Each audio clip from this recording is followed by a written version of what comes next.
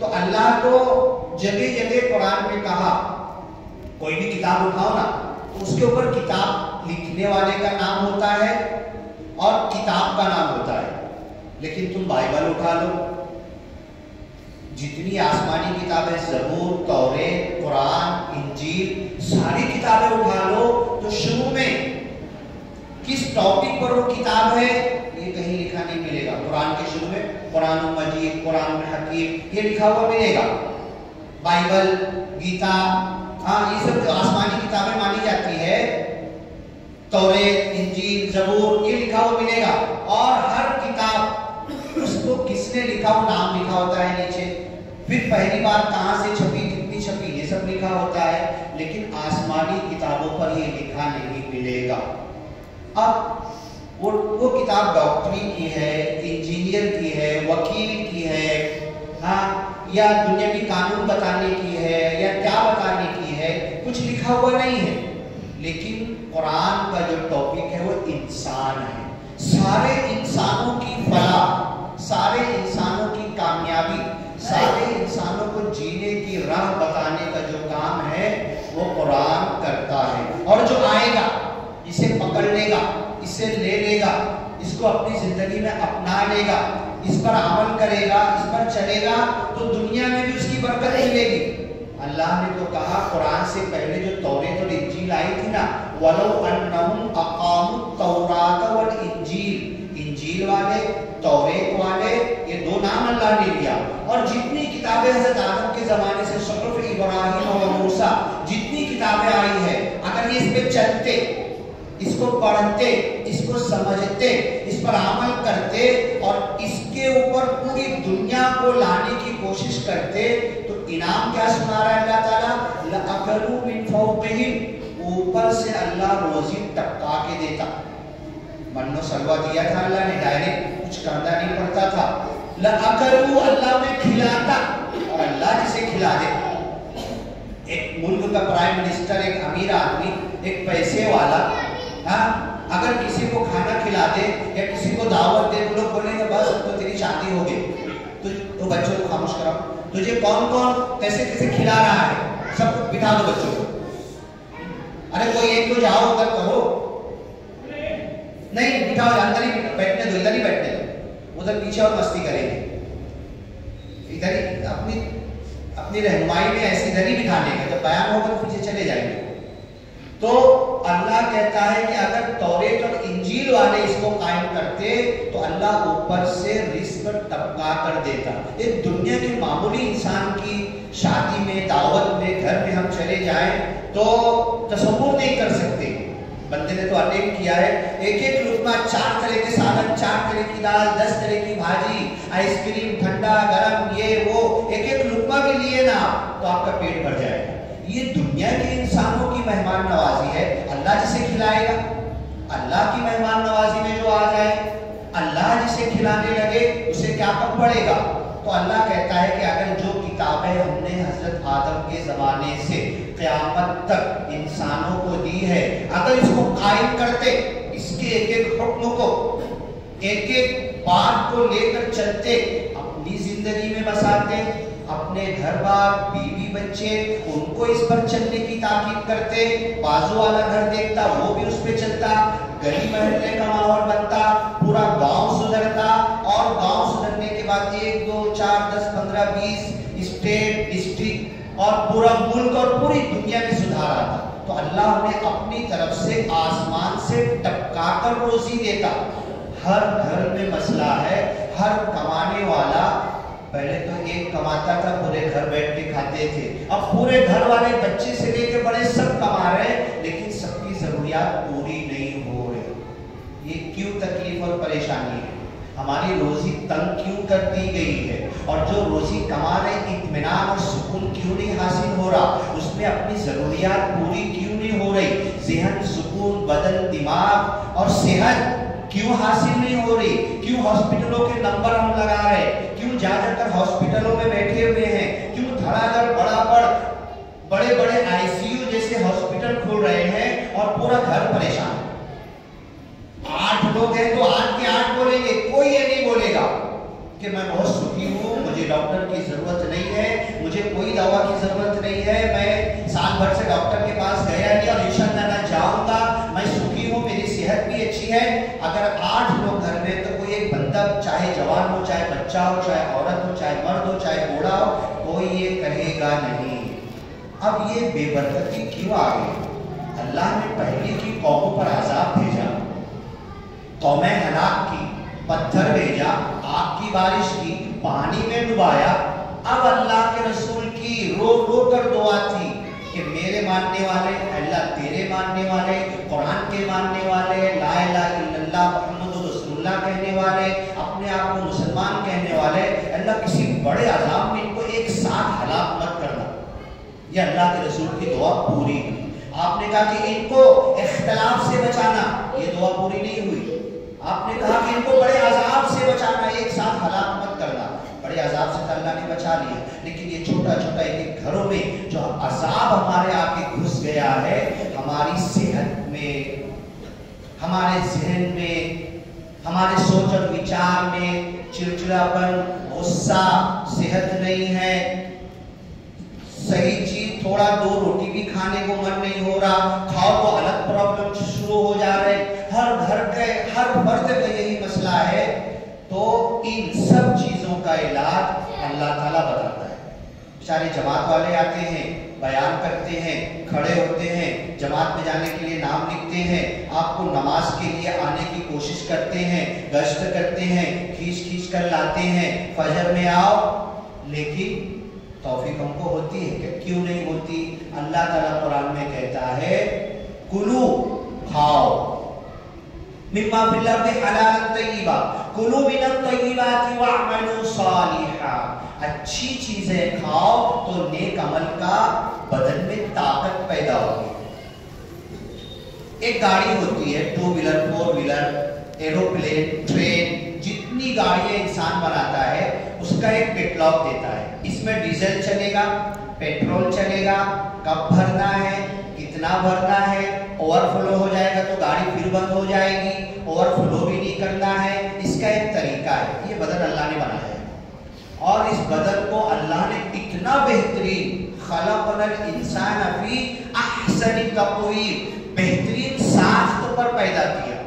اتنا زہر بھی ڈال لوں گا نا تو اللہ نے بدن ایسا بنایا ہے اس کو برداشت کر لے گا، اس کو ایکسپیل کر دے گا، یا تو الٹی کر دے گا، یا تو جلاب کر دے گا، یا اندر ہی اس کو نیوٹرلائز کر دے گا.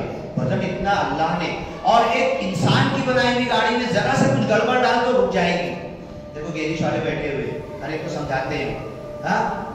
ہمارے زمانے میں ہم کو یاد ہے لوگ گھاس تیل ڈال کے گاڑی چلاتے تھے، ایسے کالا کالا دھواں نکلتا تھا، گاڑی خراب، انجن خراب ہو جاتا ہے.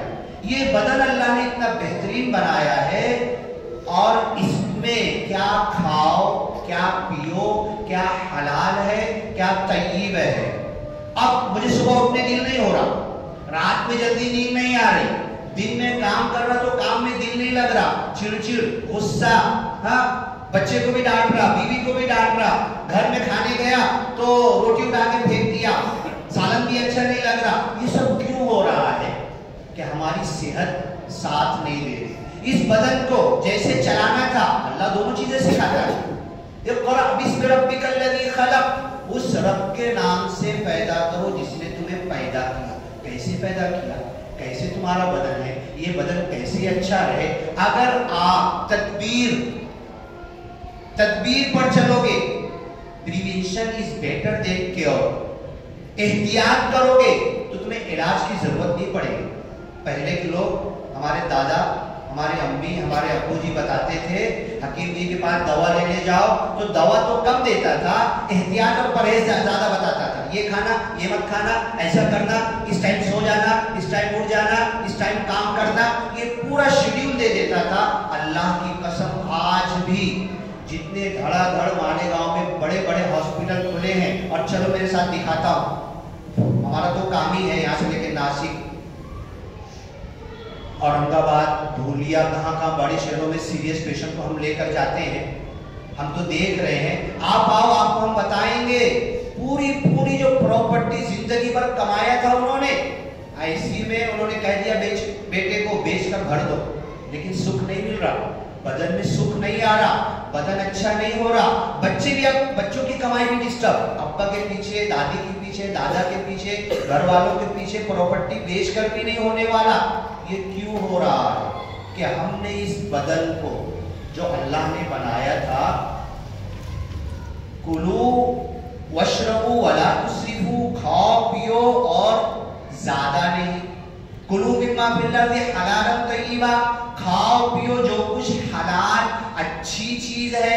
حلال کہہ کے اللہ رک سکتا ہے؟ ہر حلال چیز کھاؤ. بہت ساری چیزیں حلال ہے لیکن طیب نہیں ہے، اچھی نہیں ہے، اس سے بھی بچو. کلو مما فی الارض حلالا طیبا وَعْمَلُوا صَالِحًا، اچھا کھاؤ گے تو اچھا عمل کرو گے. اب میں رات میں گڑبڑ کھانا کھا کے سویا ہوں، میرے زبان کے چھٹکارے کے لیے، ٹیسٹ کے لیے میں باہر گیا اور باہر سے خرید کر لایا. کون سا تیل ڈالا ہے انہوں نے، کیا کیا چیزیں اس میں ڈالی ہے، اور کمانے کے لیے، نفع کمانے کے لیے کیا کیا اس میں ملاوٹ کیا، کچھ نہیں معلوم. میں گیا لایا، میں بھی کھایا، میرے چھوٹے بچے کو بھی کھلایا، بیوی بچوں کو کھلایا، بوڑھے کو بھی کھلایا اور سو گیا. اب سونے کے بعد وہ کھانا جو غلط گیا ہے، ملاوٹ والا گیا ہے، تو وہ اپنا کام تو کرے گا نا. اب صبح اذان میں سن رہا ہوں لیکن میرا طبیعت، میرا اندر سے اندرون میرا ساتھ نہیں دے رہا، کیونکہ جو میں نے کھایا ہے نا وہ غلط چیز کھائی ہے میں نے. اذان سن کر مجھے اٹھ کر کھڑے ہونے کی توفیق نہیں ہوگی، چاہے جماعت والے کتنے ہی ہم کو عذاب سنا دیے، چاہے ایک ایسا سانپ ایک مارے گا 70 گز نیچے دھس جائے گا، سب مجھے یاد آ رہا ہے. اذان سن رہا ہوں میں فجر کے ٹائم، جماعت والوں کی تقریر بھی یاد آ رہی، نماز نہیں پڑھوں گا تو یہی عذاب ملے گا، لیکن میرا بدن ساتھ نہیں دے رہا. میرا ایمان تو کہہ رہا ہے اٹھ جا، میرا بدن ساتھ نہیں دے رہا. اچھی چیزیں کھاؤ، وَعْمَلُوا صَالِحًا، رسولوں کو اللہ نے کہا یا ایھا الرسول کلوا من الطیبات وَاعْمَلُوا صَالِحًا.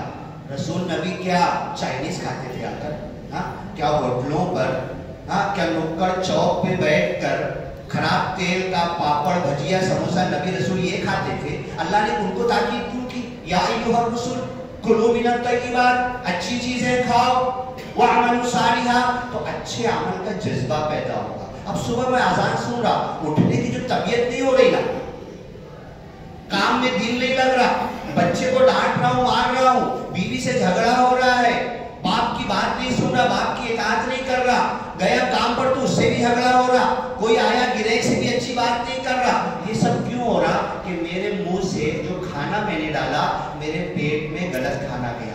وہی آیت میں نے لکھی ہے، کلو کھاؤ، مما جو کچھ اس زمین میں اللہ نے پیدا کیا، مما فی الارض، اس زمین سے اللہ نے تمہارے لیے اگایا ہے، حلالا، حلال چیزیں، طیبہ، جو طیب ہے.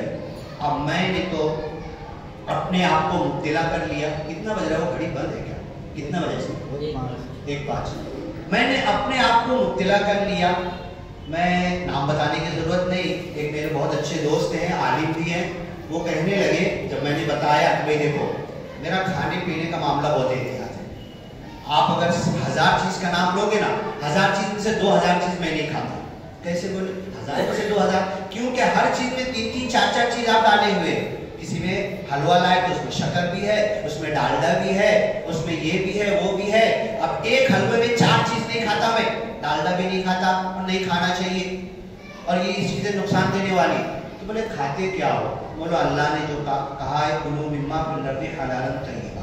پھر میں نے ان سے کہا، بولو مولانا صاحب ایک کام کرو نا، کتنے اناج اللہ نے پیدا کیا زمین سے، ذرا نام لو تو، گیہوں، چاول، ساری دالوں کے نام ہے نا، اس کے بعد جو، راجما، کتنے، آپ سوچو، بیٹھ کے لسٹ بناؤ، ایک لکھو.